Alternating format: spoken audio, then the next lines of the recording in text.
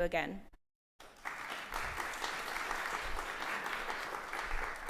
Thank you, Keisha, and thank you to Teaching for Change, who has an incredible organization. We are in our 7th annual year of the Teach-Ins, and we really couldn't do it without them.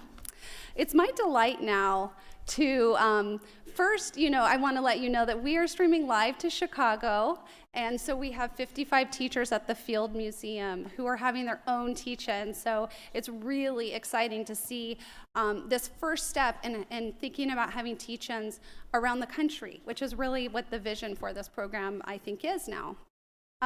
So welcome, Chicago. So we have the keynote, which is on reclaiming education sovereignty, with Mr. Bryan Newland, who is the 14th Assistant Secretary of Indian Affairs, and we're just delighted to have him here today in person with us.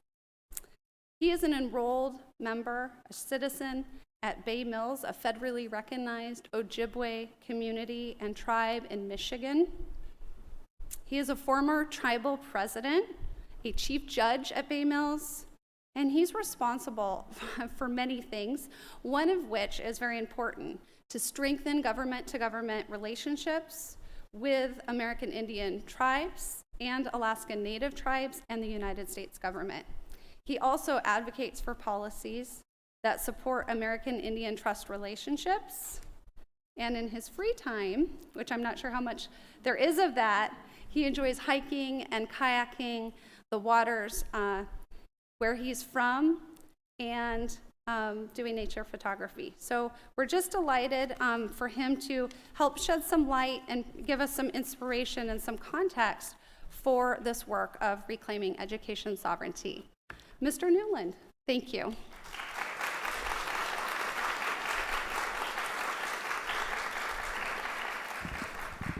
Good morning.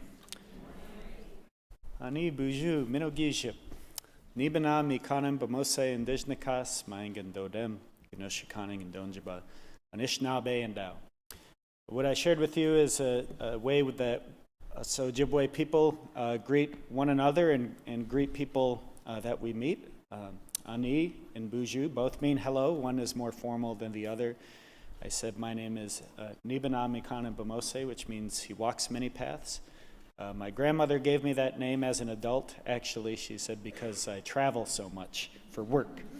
I am a Wolf Clan member, and I come from the place of the pike in the waters in our community, just off in a bay on Lake Superior. We have a lot of pike, which for those of you who aren't familiar, it's kind of like a freshwater barracuda. And I said Anishinaabe and Dao, which means I call myself Anishinaabe, which is the tribal people of Ojibwe or Chippewa, Odawa, and Potawatomi. We're all a big family. And I'm really glad to be here with all of you this morning. Today. I'm glad to be here in person with you. And it's awkward to be introduced as Mr. Newland because that was my grandpa. I come from a family of teachers, and my grandpa was the superintendent, the principal, and a teacher at our school for a long time. He was Mr. Newland, and he's been gone now for 20 years, but he's still Mr. Newland to so many people, so it's really weird to me to be called Mr. Newland. My grandmother, Mrs. Newland, was the band teacher, and I was compelled, voluntold that at a young age that I was going to be in band and music growing up. And I am married to my wife, Erica. We went to middle school and high school together. And her grandma was the elementary school teacher, their principal. And both of us have aunties and uncles who were teachers. And so I share that with you for two reasons. One is if it seems like a square, like I'm a square, that's true, because I couldn't get away with nothing growing up with so many teachers at the school. But two, it's because I know what you do. I have great respect and appreciation for what you do. I'm the black sheep in my family as a lawyer, And I know how dedicated you all are. Very few people become teachers simply to earn a paycheck. Earning a paycheck that pays all of your bills and allows you to have some fun is important and something we should all support. But you guys are doing this because you believe in teaching, in education. And I also wanted to share that I'm very proud that my son, who's a sophomore at Michigan State University, is studying to be a teacher himself, carrying on the family tradition. And so I want to thank, or say miigwech, to Teaching for Change for inviting me here today, and for the National Museum of the American Indian for hosting us, to have me here at the 7th Annual Indigenous Peoples Day Teach-In. Before becoming Assistant Secretary, or serving as Assistant Secretary for Indian Affairs, I was elected 2 times as the President of the Bay Mills Indian Community. We're located as far north in Michigan almost as you can go. And to paraphrase a famous quote, I can see Canada from my house. We are one of many Ojibwe tribes in Michigan, or in the United States and Canada, and part of a family of tribal nations across Indian country who called this continent home for thousands and thousands of years, time immemorial. As tribal president, I had a lot of responsibilities, particularly through the early days of the COVID-19 pandemic, to work with my fellow tribal leaders in our community to protect our homelands, not only for our people today, but generations to come, and to protect the people who call those lands home. And what I learned from that experience has helped me in my job now, where I talk almost daily with tribal leaders about issues facing their communities from the North Slope of Alaska all the way to the southern tip of Florida and everywhere in between. And I also bring my experience as a former adjunct professor and chair of the Board of Regents of the Bay Mills Community College to this job. Again, so in this role, I oversee the Bureau of Indian Education, which operates more than 180 schools across 27 states with 45,000 students. So a lot of that experience at the tribe was really relevant to what I'm doing now. Together, the Bureau of Indian Education and the Bureau of Indian Affairs and the Bureau of Trust Funds Administration make up the Indian Affairs bureaus at the Department of the Interior. And our mission is to provide direct services and funding to 574 federally recognized tribes across the country so that programs and schools can serve their people in their communities. And at Indian Affairs, we support and we are the leading agency for the federal government in maintaining our nation-to-nation relationship with sovereign tribes in the United States and upholding what we call the federal trust responsibility to all Indian people, which means protecting the right of Indian people to exist as Indian people. And this work includes acknowledging our past and working to undo the harms that were caused by federal policies that were intended to harm Indian tribes and Indian people. And I want to encourage all of you to be honest with your students, with each other, and acknowledge that the relationship between tribes and the federal government hasn't always been good. Colonization has left a lot of painful scars and wounds, not only on Indian people, but on this nation, that are still present. And we still have work to do to heal from these wounds. So by being honest about the past, we can lay the groundwork for that healing and for respecting and empowering our youth. Specifically, today, I want to talk to you about the troubled legacy of federal Indian boarding schools in this country and our efforts today to shed light on that history. I serve under Secretary of the Interior Deb Haaland, who is the first American Indian person in the history of the United States. Yes. The first American Indian person in the history of this country to serve in a presidential cabinet. And she is every bit as wonderful a boss as you would expect based on how you see her in public, and just an amazing person. And under her leadership, we've taken on this Federal Indian Boarding School Initiative, which is, for the first time in the history of this country, a comprehensive review of the Federal Indian Boarding School system. Last year, we released the first volume of the Federal Indian Boarding School Initiative investigative report.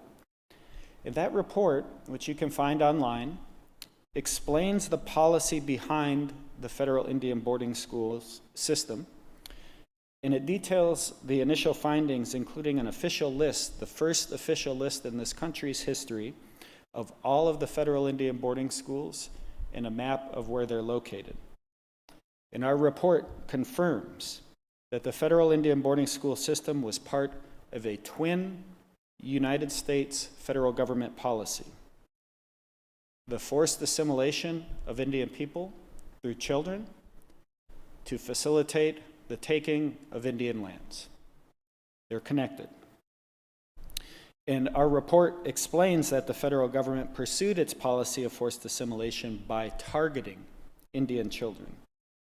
And the Federal Indian Boarding Schools were the primary means to carry out this policy. So in the early days of the United States, all the way back almost to the founding, there was this belief that if we, the federal government, could change Indian people, forcibly assimilate them, that they wouldn't have this indigenous connection with their lands. They wouldn't need so much land. And if they don't need all this land, then it's available for the rest of us.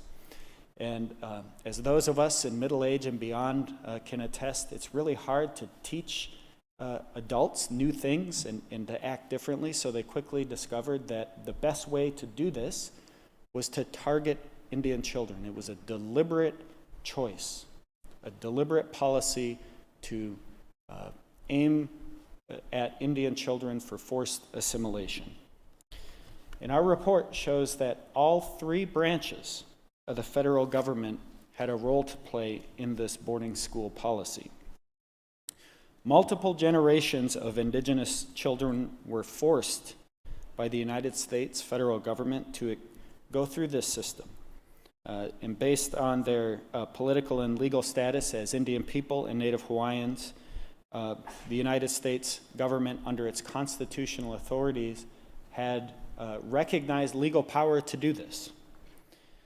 So before starting our work, we first engaged and consulted with tribes to make sure that we were incorporating Indian country's views into our work. We wanted to make sure that this was not just another federal policy, federal initiative done to Indian people, but instead done with Indian people. So through our Bureau of Trust Funds Administration, we decided to focus our work on federal records and to examine those records to develop this official list of federal Indian boarding schools, and to start our work of identifying marked and unmarked burial sites. And just a note on that, having grown up near Canada and lived my whole life as an Indian person, I've heard people sometimes say, why do we need to focus on this, and why do we need to talk about these boarding schools? What's the big deal? And I heard somebody once poignantly say, how many kids are buried outside the school you attended?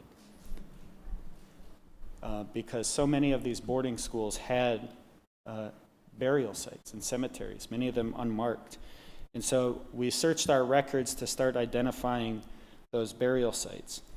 Most of our records in the federal government for Indian Affairs are stored in an underground cave in Lenexa, Kansas. This was actually a state-of-the-art facility that was developed because the federal government was so bad at taking care of records for Indian people that it led to a landmark multi-billion-dollar legal settlement with tribes more than a decade ago. Some of these records go back all the way to the 1700s, and they're so fragile that they can't be handled by your hands. And those were some of the records we looked at in this research. And for Volume 1, our first report, our team reviewed more than 98 million pages of documents. So the department entered into an agreement with the National Native American Boarding School Healing Coalition to share information and records that contributed to our report. And so as it currently stands, our report shows that between 1819 and 1969, the United States operated directly or supported 408 Indian boarding schools in 37 states, including 21 schools in Alaska and 7 schools in Hawaii. Our report, as I mentioned, identifies each school by name and location, and some of these schools operated in multiple sites. And while generations of Indian and Native Hawaiian children entered these boarding schools, many children died there, often hundreds or thousands of miles away from their homelands and from their families. Many other children died trying to run away from these schools and were unaccounted for. In our first report, we've identified 53 marked or unmarked burial sites for Indian children across this system. And as we move toward another report on this, we are going to lay out many more burial sites that we've accounted for in our research. Our initial investigation shows that approximately 50% of federal Indian boarding schools receive support or involvement from a religious organization, including funding, infrastructure, and staffing and personnel. And the federal government at times actually paid religious institutions on a per capita basis for Indian children to go to these schools that those institutions operated. Our investigation also shows that the United States actually used money from federal Indian trust accounts to pay for Indian children to attend these schools. So let me just explain this a little further. When the federal government would enter treaties with tribes, would often pay for the land that it was acquiring, a nominal sum or a small sum, and then it would hold land in trust for both tribes and individual people. And so if a farmer was going to, or a rancher was going to use somebody's lands, they were required to pay the federal government royalties that would then go back to the Indian landowner. And a lot of times what happened with these boarding schools, the federal government would say, if you don't send your kids to the boarding schools, you will go to jail. Many people were taken to jail for this. There's a famous, infamous incident where a number of Hopi men from the Hopi Reservation in Arizona refused to send their kids to boarding school, so they were actually taken and held at Alcatraz in the early 1900s. And so with these, the federal government would say, if you don't send your kids to boarding school, we're going to send you to jail, and we're going to withhold your trust funds, the rent for the other people who are using your land. And so people, they under that threat of coercion would send their kids to boarding school, and then the federal government would take those trust funds and pay for the expense to do that. Our report also describes the conditions that Indian students and Native Hawaiian children experience in this system. Those conditions included militarized identity alteration methodologies. So deprogramming. We cut your hair, we change your name, we forbid you from speaking your language. We drill you in the morning, you get up and you march like soldiers. All these things that we do in the military to reprogram people for discipline and uniformity. And this was done to children as a way to forcibly assimilate them. And our federal records also affirm that the federal Indian boarding school system, as I just mentioned, prevented children from speaking their languages and often focused on vocational training instead of education involving manual labor of Indian children like lumbering, bricklaying, and constructing railroads. In fact, as we move forward in time into the 1900s and in the mid-century, a lot of the kids who went to these schools were made available to wealthy people surrounding the schools as domestic laborers. And they would call this an outing program and say, we're giving you worker experience. So we weren't using these schools to educate Indian people.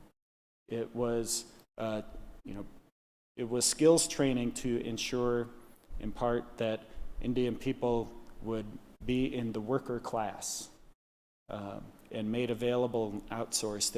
And as we've heard throughout our work, a lot of abuse occurred during that outing system where you're putting young Indian girls into people's homes without adult supervision to be a domestic laborer.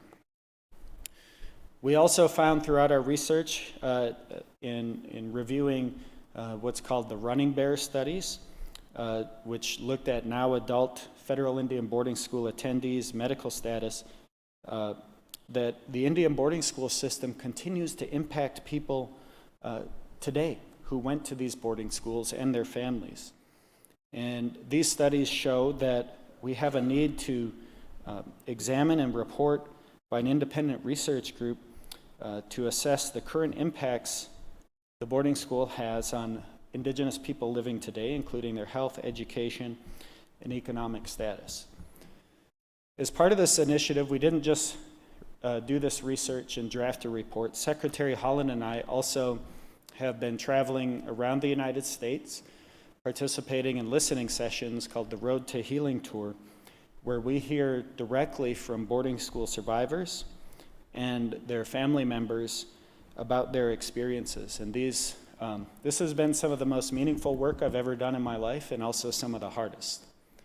To sit in a large gymnasium often, or a large venue, and hear people, oftentimes elders, stand up and talk about the worst thing that's ever been done to them.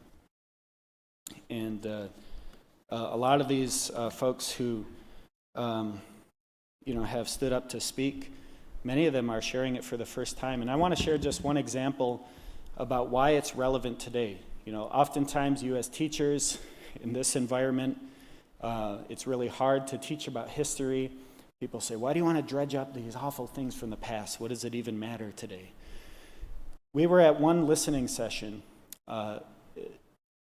in South Dakota for the secretary and I to hear from these boarding school survivors. And this woman got up to speak. She was about my age. And she said, my whole life I had a bad relationship with my mom. I always thought she was mean. I could never understand why she was the way that she was.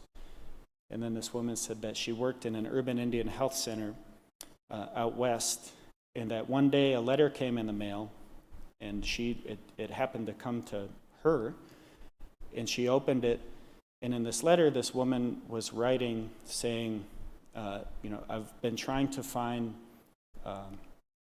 my friend from boarding school. She helped me get through boarding school. And I heard that she may be living in the city that your center serves, and I'd really like help connecting with her, and it included a photo from when they were in boarding school. And that woman said that she looked at the photo and it was her mom. And she had never known that her mom had attended an Indian boarding school, and her mom had never talked about it. And then after she finished speaking, her mom stood up, she was with her, and for the first time since she had left boarding school, talked about her experience. And so you can see why this history isn't just history. It affects people's relationships today.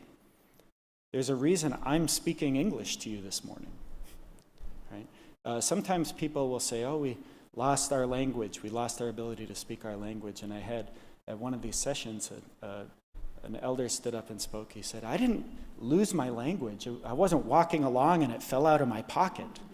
He said, it was taken from us. He said, our language was taken from us. Our connections with our families were taken from us. And we all know, regardless of whether you're Indian or white or what background you come from, that people who suffer trauma carry that trauma with them. And that if it's unhealed, people re-experience that in the way that our minds work. That trauma, it's not put in our past, right? Every time you are triggered or re-experiencing that, it's like it's happening today. And so, of course, that's going to affect your ability to be well today, to hold down a job, right? To have a good relationship with your family. And so these boarding schools impact people today. We have unhealed trauma from our past that carries forward through, as these studies have shown, it impacts the children and the descendants of people who went to these schools. So we're working now on a second volume of our investigative report, which we are aiming to finish this year. And the focus of that report is going to include trying to identify the number of Indian children who went to these schools. You saw in the video at the start today, Canada has embarked on this journey in the past, and they've been able to identify a lot of facts about their residential boarding school system. So we're going to try to put a number on how many children went to these schools. We're also going to try to identify and locate the grave sites, both the marked and unmarked grave sites. And this is enormously challenging because a lot of these boarding school sites are not on present-day federal lands.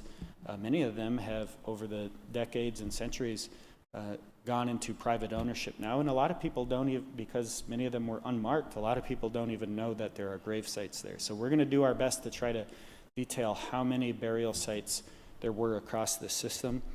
And we're also going to try to lay out how much money the United States federal government spent on these schools, how much money the United States invested in forcible assimilation, and put a present-day value on that amount. And just this past week, as the third component of the boarding school initiative, we announced, in partnership with the Boarding School Healing Coalition, that we are embarking on what's called the Oral History Project, where we are going to take interview testimony from hundreds of people who attended these boarding schools, most of whom now are elders, and record that for our record here in the United States. And then at some point work to make those stories available to the American people so that people know, people have a firsthand account of what happened. We know now that just in the past 2 years that this work is having a positive impact.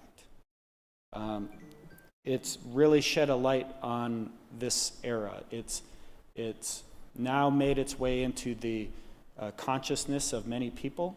A lot of people are at least aware about it. We're hearing and seeing references to it in popular culture. A number of TV shows have already referenced boarding schools here in the United States. Many of you may have seen some of these shows. We've also seen the positive impact in the law. Just last fall, I, along with others from our office, attended the oral arguments at the United States Supreme Court over the Indian Child Welfare Act case.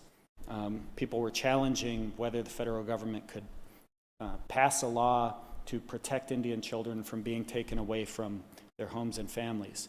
And in that Supreme Court oral argument, many of the justices from across the spectrum, the political spectrum on the court, were asking questions about boarding schools and the federal government's history of running these schools and the legal authority that the federal government relied upon to operate these schools targeting Indian children. And we saw earlier this year in an overwhelming and resounding decision that the United States Supreme Court, this United States Supreme Court, upheld the Indian Child Welfare Act, and in the process of doing that, cited our federal Indian boarding school report many times. And we're really proud of that. Thank you.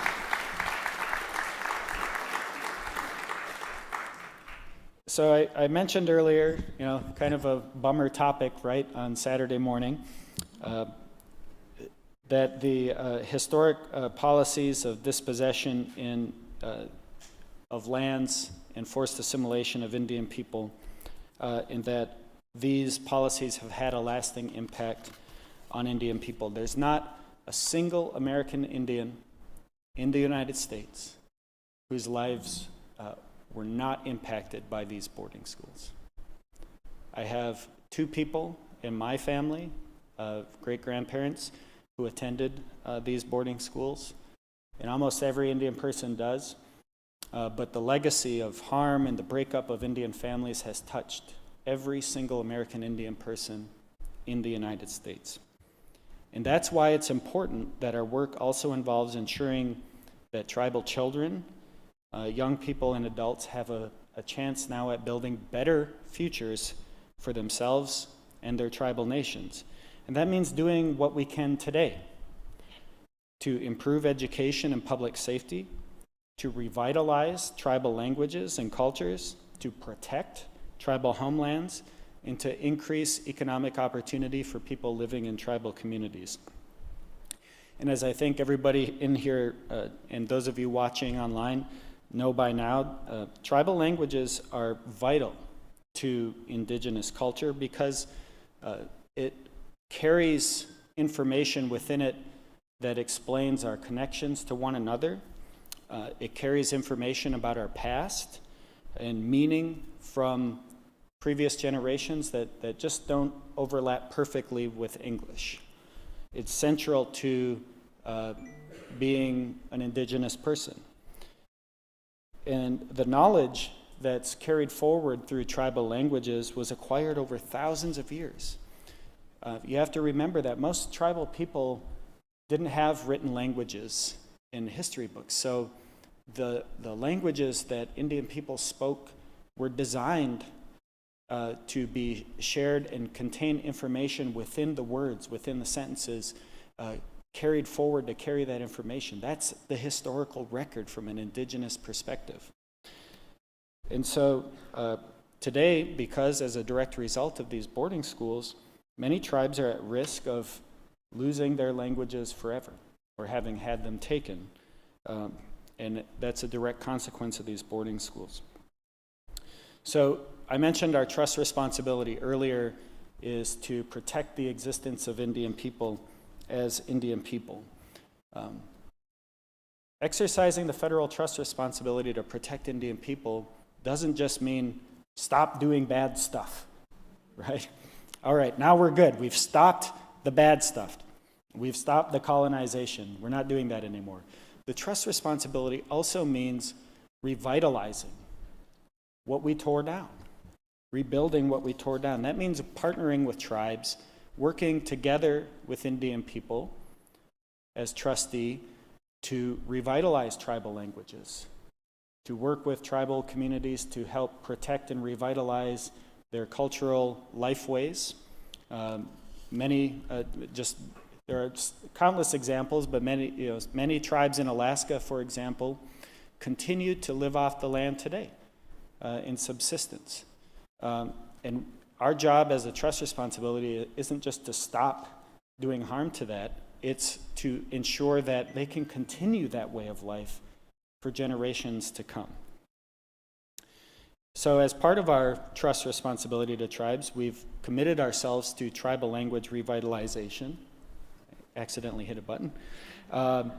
And that includes a 10-year national plan on national or native language revitalization.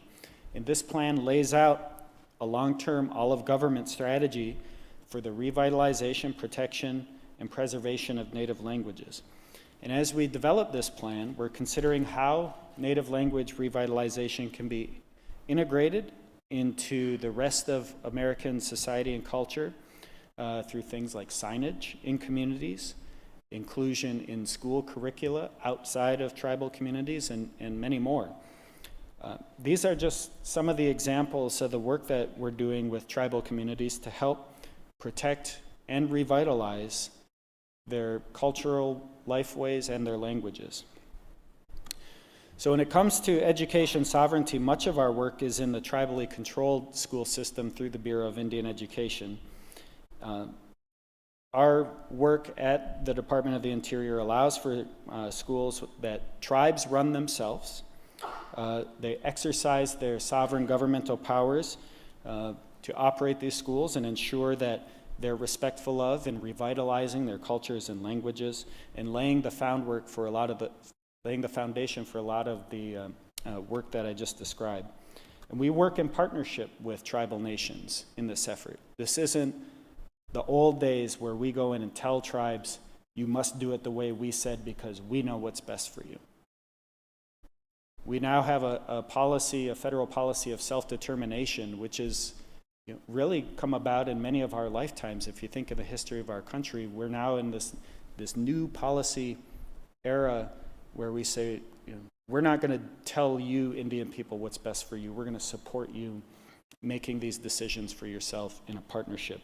And that's what we aim to do through our Bureau of Indian Education schools. They're not the boarding schools of the past. And educating Indigenous students is a critical component of tribal sovereignty. We want our students to leave the classroom and return to their communities as intellectual assets to their people, to our people, ready to rebuild and revitalize and move their communities forward. And this guiding principle now is a direct response to our legacy of colonization, which sought to take away all of these things.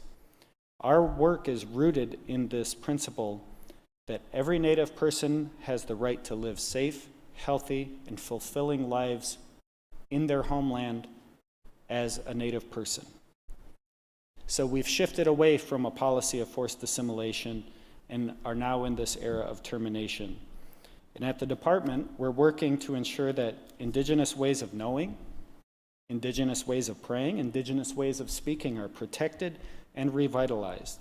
And we're incorporating Indigenous knowledge into the science that informs our decision making. And a word on that is a lot of people view these things as in conflict with one another. There's science, and then there's religion and hokum and all these other things. But as I explained earlier, our tribal languages are the record of our history. They're the record of the things that we've learned over time. And I often like to talk about, you hear this phrase, traditional ecological knowledge or indigenous knowledge. It's just science done by Indians, right? It's observing something, seeing that it's true, testing it, retesting it, and saying, okay, this thing is true, so we're going to incorporate it into our language and pass it down in these teachings that you'll be able to carry forward in speech instead of in text. It's just science. And so we're working to incorporate that into our science work at the Department of the Interior, which has a lot of scientific agencies included within it, so that when a tribe tells you, we know that this fish is supposed to live in this river, and we know what this river is supposed to look like, we don't have to get a whole bunch of people from out here on the East Coast to fly in there and study for years and years with PhDs to say, oh yeah, you guys were right all along. We're trying to lean on that knowledge because it's an asset. It's an asset for all of us as Americans. And so we're in this era now where we're not trying to take those things away. We're trying to build upon them and respect them. And in that effort, you all as teachers can make a difference by providing just basic respect for these principles, for Indigenous knowledge and Indigenous ways of knowing, and providing space for students to hear Native people telling their own stories. You can help build upon this work to revitalize Indigenous cultures and ways of knowing. Everybody in here, I imagine, and everybody listening to this has had an experience in your life where when you've told a story about something you lived through, something you saw, something you know, somebody says, that's not true, I don't believe you, right? How frustrating that is when you have a lived experience that other people are denying you. You say, that's not true because I didn't see it, or I don't believe you, or I don't respect you enough to even listen to you. How maddening that is. It's humiliating, right? When someone tells you that what you know, what you've experienced, what you lived isn't true, it takes your dignity from you. And that is how this all ties into the work that you do as teachers, in providing space for your Native students, Native people in your communities, to affirm their lived experience, to affirm our lived experience, to affirm the things that we know to be true, is doing this work. And I know it's challenging for you, especially in many communities where people, they're ashamed of some of these things that I just talked about. They don't want to understand not only maybe they didn't play a role in it, but how they've benefited from that. And so they don't want to talk about it because it makes them uncomfortable. And they don't want to provide these spaces to affirm the lived experience of every American. And that's where you guys come in. And I'm so grateful that you're all here today, that you're all engaged in this work and supporting the revitalization of Indigenous cultures and languages, not only today, but for generations to come. So I want to say miigwech. Thank you all very much for your time today and for the work that you do.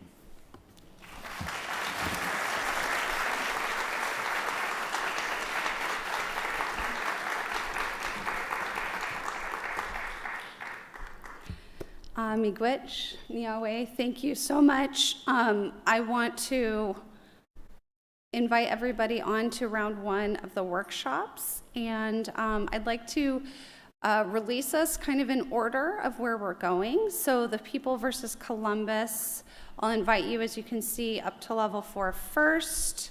Then it would be the Americans Gallery Tour on level 3, military service, Native